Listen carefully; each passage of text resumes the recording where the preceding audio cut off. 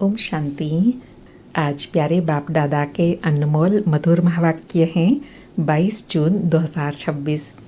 आज की मुरली के सार में रहमदिल बाबा ने आप समान बनने के लिए कहा कि बाबा आए हैं तुम बच्चों की खिदमत करने, सेवा करने। तुमको भी बाप का मददगार बन औरों की खिदमत करनी है। बाबा है बेहद का बाप।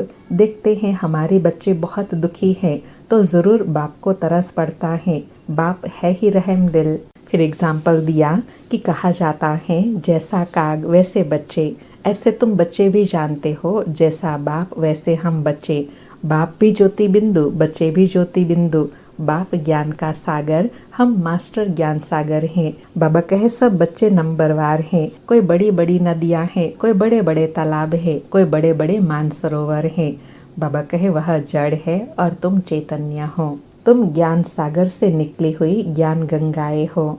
फिर सेवा के लिए कहा कि तुम बच्चों को उठते बैठते चलते फिरते यही ख्याल रखना है कि हमें इस पतित दुनिया को पावन बनाना है। गीत में भी गाते हैं ना, बाबा तुम्हें पाके हमने जहां पाल लिया, जमी तो जमी आसमां भी पाल लिया। बच्चे कहते हैं बाबा आपसे हमको ऐसे विश्व की बादशाही का वर्षा मिलता है जो कोई छीन नहीं सकता। 21 जन्म सदा कायम रहती हैं। बेहद का बाप आकर बेहद का राज्य भाग्य देते हैं। तो बाबा कहे बेहद का राज्य भाग्य चलाने के लिए अभी बाबा लायक बनाते हैं, पवित्र बनाते हैं। और कहा बाप कहते हैं बच्चे मन मना भव। यह बच्चों को घड़ी घड़ी सावधानी मिलती है। बाप और वर्षे को याद करो, यह भूलो मत।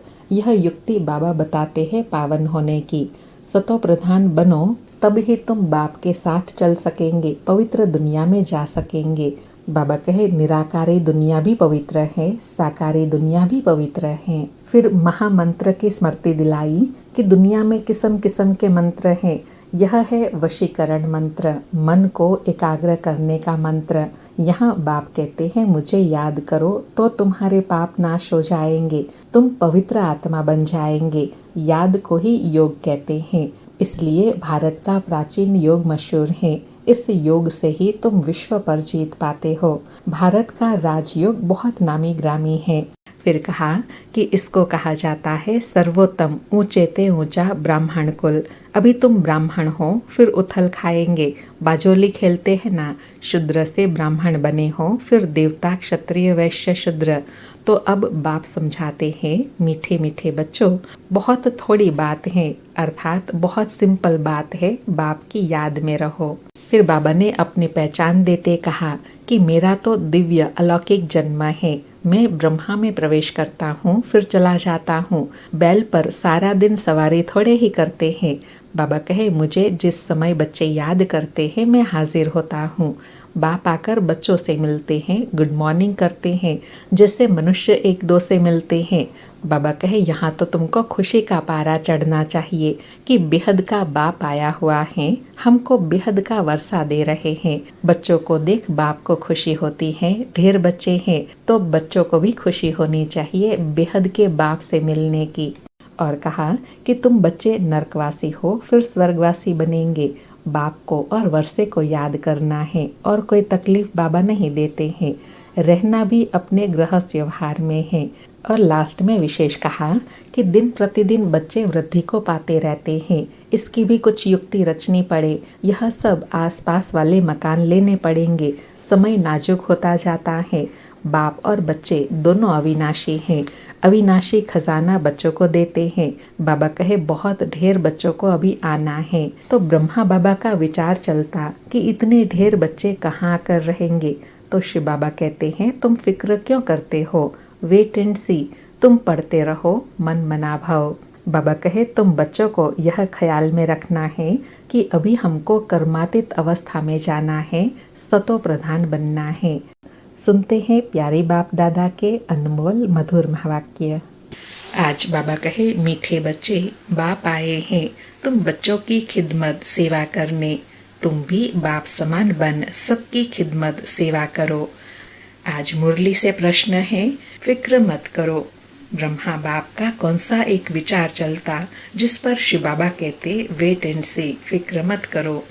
उत्तर में कहा, ब्रह्मा बाबा का विचार चलता, समय बड़ा नाजुक होता जाता, बच्चों को अविनाशी ज्ञान रतन लेने बाबा के पास आना ही है। इतने ढेर बच्चे कहाँ आकर रहेंगे, कितने मकान बनाने पड़ेंगे। तो शिव बाबा कहते, वेट एंड सी, कल्प पहले जैसे आकर रहे थे वैसे ही रहेंगे। तुम फिक्र मत करो, तुम सिर्फ पढ़ते रहो, तुम सिर्फ पढ़ते रहो, मन मना भाव। तुम्हें कर्मातीत बनने का पुरुषार्थ करना है। इसलिए बाबा हमेशा कहते हैं ना, निश्चय बुद्धि होकर चलते रहो, अपनी पढ़ाई पढ़ो, याद में रहने का पुरुषार्थ करो। बाकी तो बाबा का कार्य जैसे होना है वो होकर के ही रहेगा। आज मुरली में गीत बजा, तुम्हें पाके हमने जहां पा लिया, जमी तो जमी आसमां भी पा लिया। सारी मुरली से धारणा के लिए सार है। पहला पॉइंट, ड्रामा के हर राज को जानते हुए किसी भी बात की फिक्र नहीं करनी है।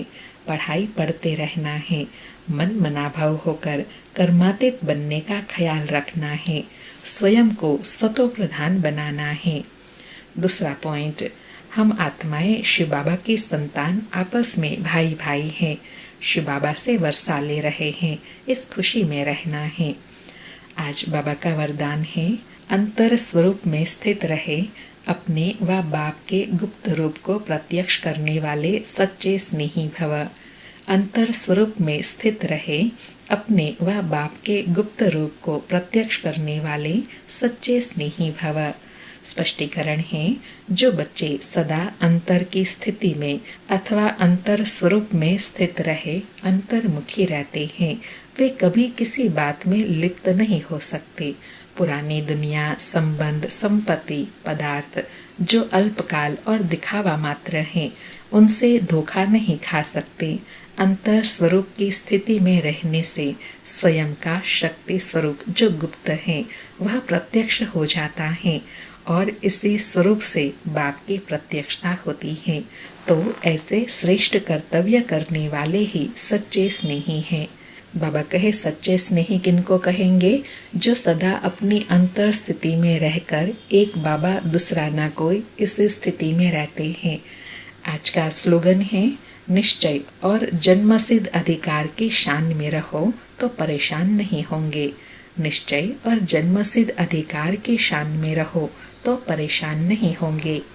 आज के अव्यक्त इशारे हैं, हर्षित रहने के लिए अपनी नेचर को सरल बनाओ, सहनशील बनो। आज बाबा कहे, स्वच्छता भी सरलता की निशानी है। जितना सरलता उतना स्वच्छता होगी, इसलिए सभी को अपनी तरफ आकर्षित करेंगे। सच्चाई और सफाई भी तब होंगी जब अपने स्वभाव को सरल बनाएंगे। सरल स्वभाव वाला बहुरूपी भी बन सकता है। ऐसे सरल स्वभावी सदा हर्षित रहते और सर्व को आकर्षित करते हैं। अच्छा, ओम शांति। शुक्रिया बाबा, शुक्रिया।